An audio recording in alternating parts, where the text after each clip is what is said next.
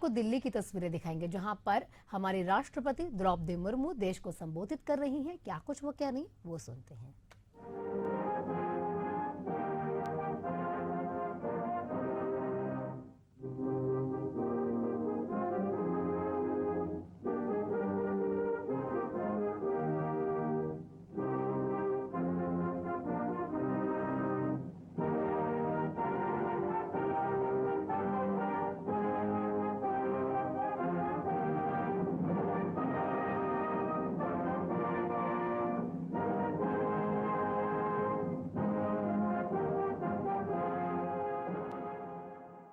मेरे प्यारे देशवासियों, नमस्कार। इस ऐतिहासिक अवसर पर आप सबको संबोधित करते हुए मुझे बहुत प्रसन्नता हो रही है।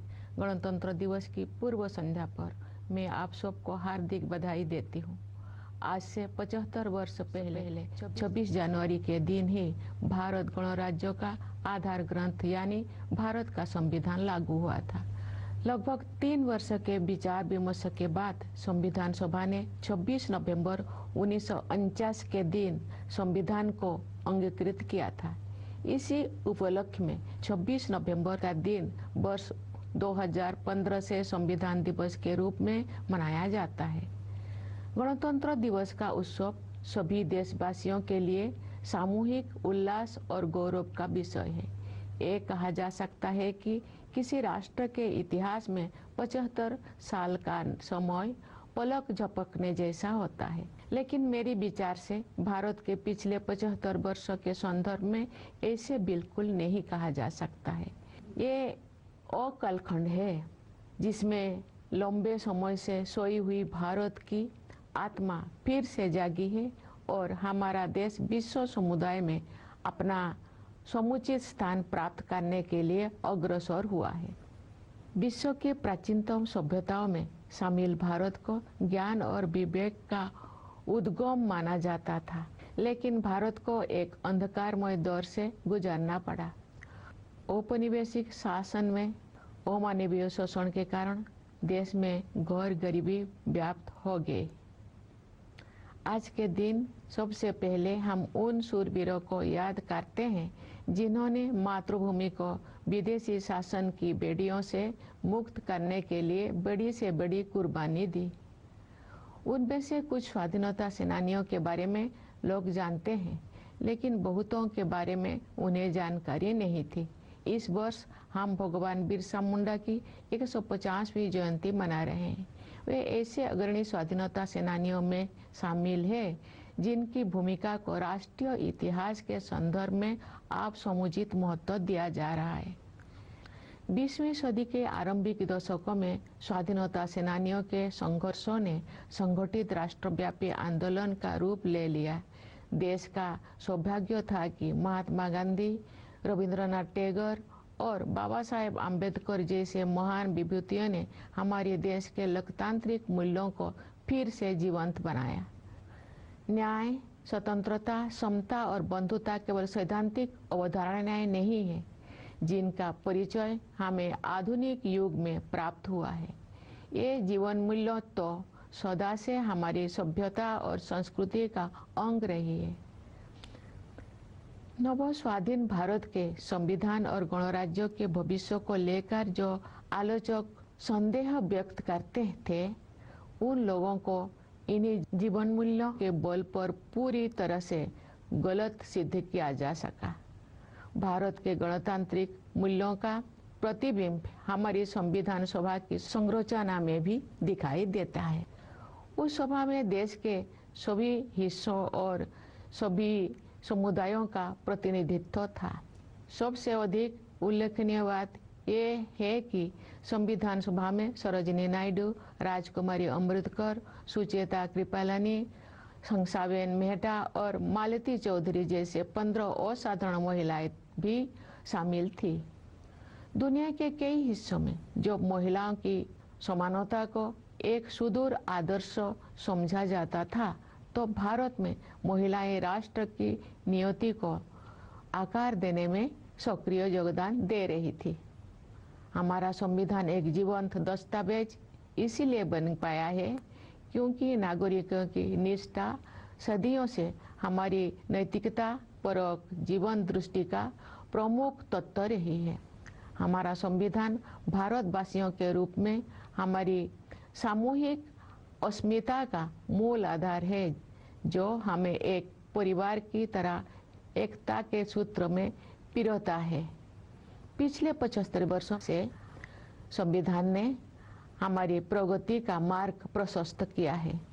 आज के दिन हम संविधान सभा के प्रारूप समिति के अध्यक्ष डॉक्टर भीमराव अंबेडकर, सभा के अन्य प्रतिष्ठित सदस्यों, संविधान के निर्माण से जुड़े विभिन्न अधिकारियों और ऐसे अन्य लोगों के प्रति अपनी कृतज्ञता व्यक्त करते हैं, जिनके कठिन परिश्रमों के फलस्वरूप हमें ये विलक्षण ग्रंथ प्राप्त हुआ। प्यारे देशवासियों, संविधान लागू होने के बाद के ये 75 वर्ष हमारे युवा गणतंत्र की सर्वांगीण प्रगति के साक्षी है। स्वाधीनता के समय और उसके बाद भी देश के बड़े हिस्सों में घोर गरीबी और भूखमरी की स्थिति बनी हुई थी, लेकिन हमारा आत्मविश्वास कभी डिगा नहीं। हमने ऐसे परिस्थितियों के निर्माण का संकल्प लिया जिनमें सभी को विकास करने का अवसर मिल सके। हमारे किसान भाई बहनों ने कड़ी मेहनत की और हमारे देश को खाद्यान्न उत्पादन में आत्मनिर्भर बनाया। हमारे मजदूर भाई बहनों ने अथक परिश्रम करके हमारा इंफ्रास्ट्रक्चर और मैन्युफैक्चरिंग सेक्टर का कायाकल्प कर दिया। उनके शानदार प्रदर्शन के बल पर आज भारतीय अर्थव्यवस्था विश्व के आर्थिक परिदृश्य को प्रभावित कर रही है। आज का भारत अंतर्राष्ट्रीय मंच पर नेतृत्व की स्थिति हासिल कर रहा है। संविधान में निर्धारित रूपरेखा के बिना ये व्यापक परिवर्तन संभव नहीं हो सकता था। हाल के वर्षों में आर्थिक विकास की दर लगातार ऊंची रही है, जिससे हमारी युवाओं के लिए रोजगार के अवसर पैदा हुई है। किसानों और मजदूरों के हाथों में अधिक पैसा आया है तथा बड़ी संख्या में लोगों को गरीबी से बाहर निकाला गया है। साहसिक और दूरदर्शी आर्थिक सुधारों के बल पर आने वाले वर्षों में प्रगति की ये रफ्तार बनी रहेगी। समावेशी विकास हमारी प्रगति की आधारशिला है, जिससे विकास का लाभ व्यापक स्तर पर अधिक से अधिक देशवासियों तक पहुंचता है। सरकार द्वारा वित्तीय समावेशन को सर्वोच्च प्राथमिकता दी जा रही है। इसलिए प्रधानमंत्री जन धन योजना, प्रधानमंत्री जीवन ज्योति बीमा योजना, प्रधानमंत्री सुरक्षा बीमा योजना, मुद्रा योजना, स्टैंड अप इंडिया और अटल पेंशन योजना जैसी वित्तीय समर्थन योजनाओं का विस्तार किया गया है, ताकि अधिक से अधिक लोगों तक विभिन्न प्रकार की वित्तीय सहायता पहुंचाए जा सके।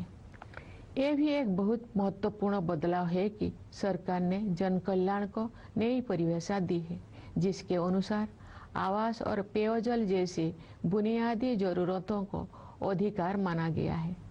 वंचित वर्गों के लिए, विशेष रूप से अनुसूचित जातियों, अनुसूचित जनजातियों तथा अन्य पिछड़े वर्गों की सहायता के लिए सभी प्रयास किए जा रहे हैं।